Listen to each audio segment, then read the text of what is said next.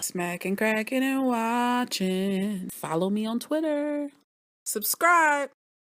The Assassination of Gianni Versace, American Crime Story, Season 2. This is Episode 6. It is called Descent. And I believe next week will be Ascension or Ascent. So I like where they're going with the titles. This was a lot. This was a huge cry for help. Out the gate, shouts out to Noya. Shouts out to everybody that's been watching the Versace. I want to say Davina. I think this is her show too. Shouts out to my homegirl Q. Girl, yes, it's back. It's back.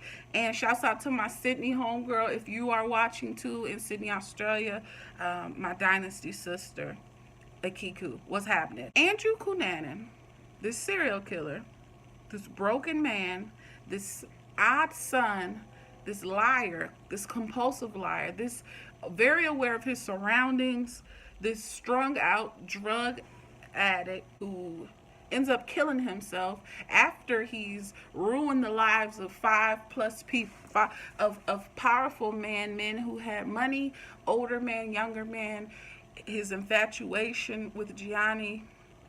Wow. So he lied in this one, saying he was an interior designer with his older boo. His boo knew. His boo called him out. And this was kind of the first time someone called him out. This is the first time someone threw hands on him and hemmed him up. And it kind of jarred him each time, like, what are you doing? In the very beginning, Andrew was looking fly. He was a shopaholic. He had his Saks Fifth Avenue bags. He had some nice little legs. He had his buns out, suns out. I said, okay. It was a beautiful scene. He's in this gorgeous out exterior swimming pool, and he's skinny dipping, and he's got his goggles on with the reflective loose. Yeah, we saw the scissors on the bed, and it was kind of scary because we know he's capable of stabbing people, shooting people.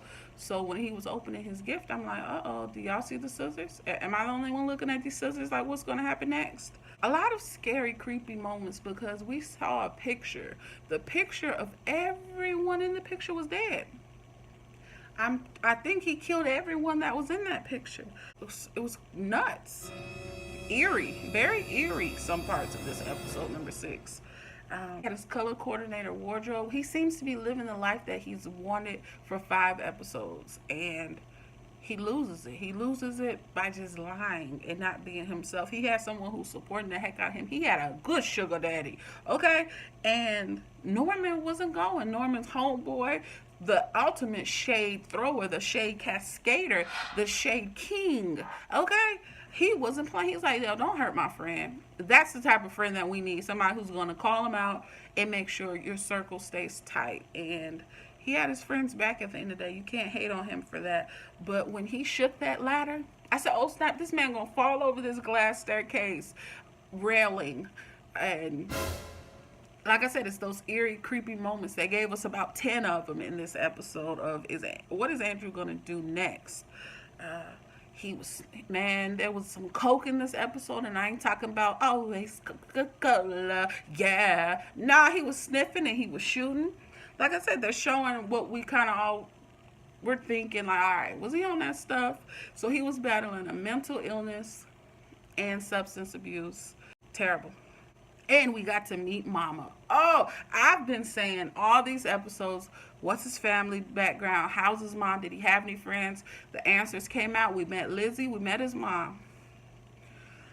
Y'all gonna have to hold on a second before I get on her. Mama. Where is Lizzie now? Where is she now is my main question. I want to know. So they also kind of pose a question of what does a real friend look like? And I found that to be very interesting. And he was just searching for love, man. He wanted love, and he never got it in the way that he wanted. He thought love was receiving gifts and having this whole TV, like, this whole TV experience of how families are treated and friends are treated, and it wasn't their reality. He wanted to make, no, wear this. This is your job. It's like you remember that Batman cartoon, and they had the baby, the girl baby character, like, kidnap people, and they tied them like, and they made them like, you're gonna be the daddy, you're gonna be I'm the baby, and you're gonna be the mama, and you're gonna be a happy family. That's kind of sort of the same vibe I was getting off of how Andrew was processing everything. Like, it's not how it is. That's not real. That's not how you go about things. But Norman is everything that he wants.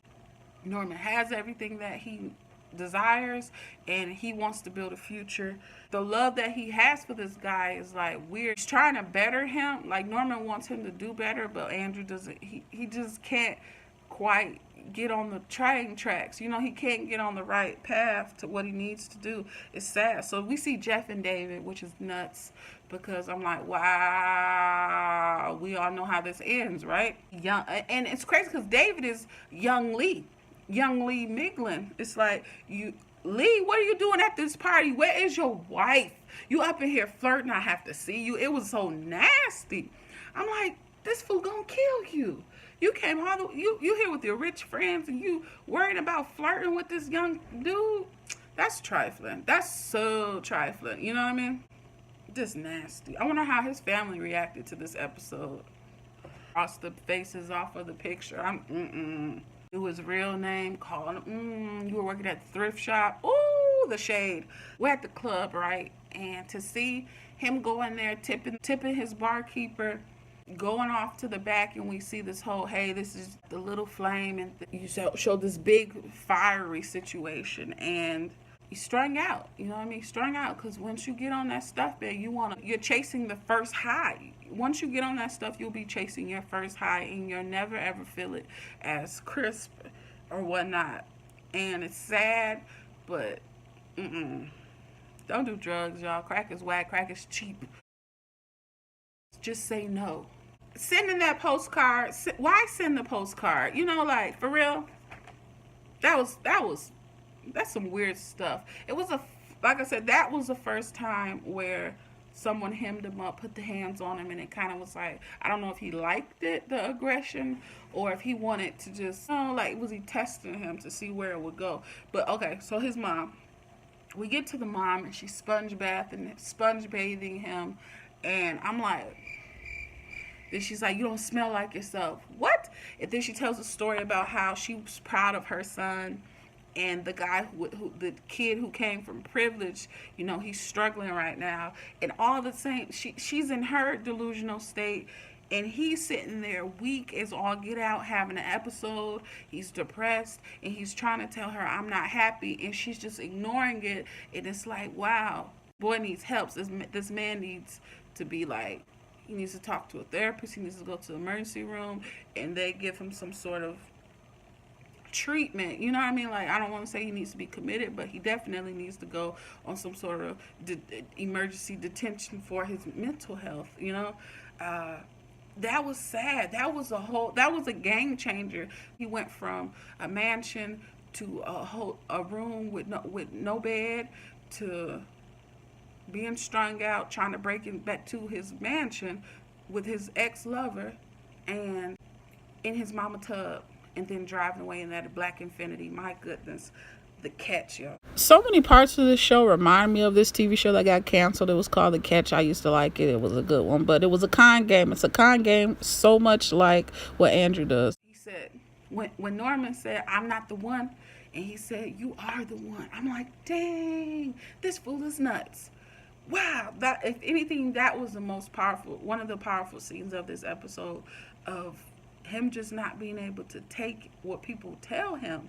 And once you tell him that there's no possibility of love, he loses it. The scene turns red. And that's kind of when they're showing the hate of Versace. Not that Versace hates him. It's like the person who he's loved and aspired to be when he was high as a kite, he's off in La La Land. He flips it to where I don't love him anymore. Gianni's a star. He's loved. He's lucky.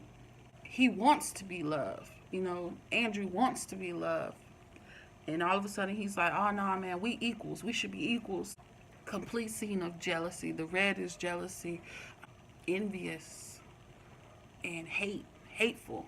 at that moment. So they're kind of making it seem as if, all right, what he once loved, since no one loves him, it's like his infatuation has turned into an infatuation of not just desire and aspiration to love and be with, and not telling people you work for him and you know so much about him. He doesn't make shoes, he make, you know, clothing, to where now it's like, I hate him. So is that why he went to Miami? We'll figure it out. But this episode was off the chain, y'all. It was really off the chain. To everybody that watches the reviews, make sure y'all hit subscribe, subscribe, subscribe, subscribe. I ain't gonna say it no more. I done said it 1,000 times. I'm tired of saying it. Thank you all for supporting me. Drop those comments below.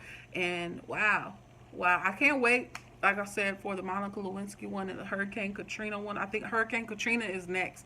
I know I forgot to put it on one of the other videos. But smacking, cracking, and watching. Thank you for supporting your girl. Until the next time. Peace.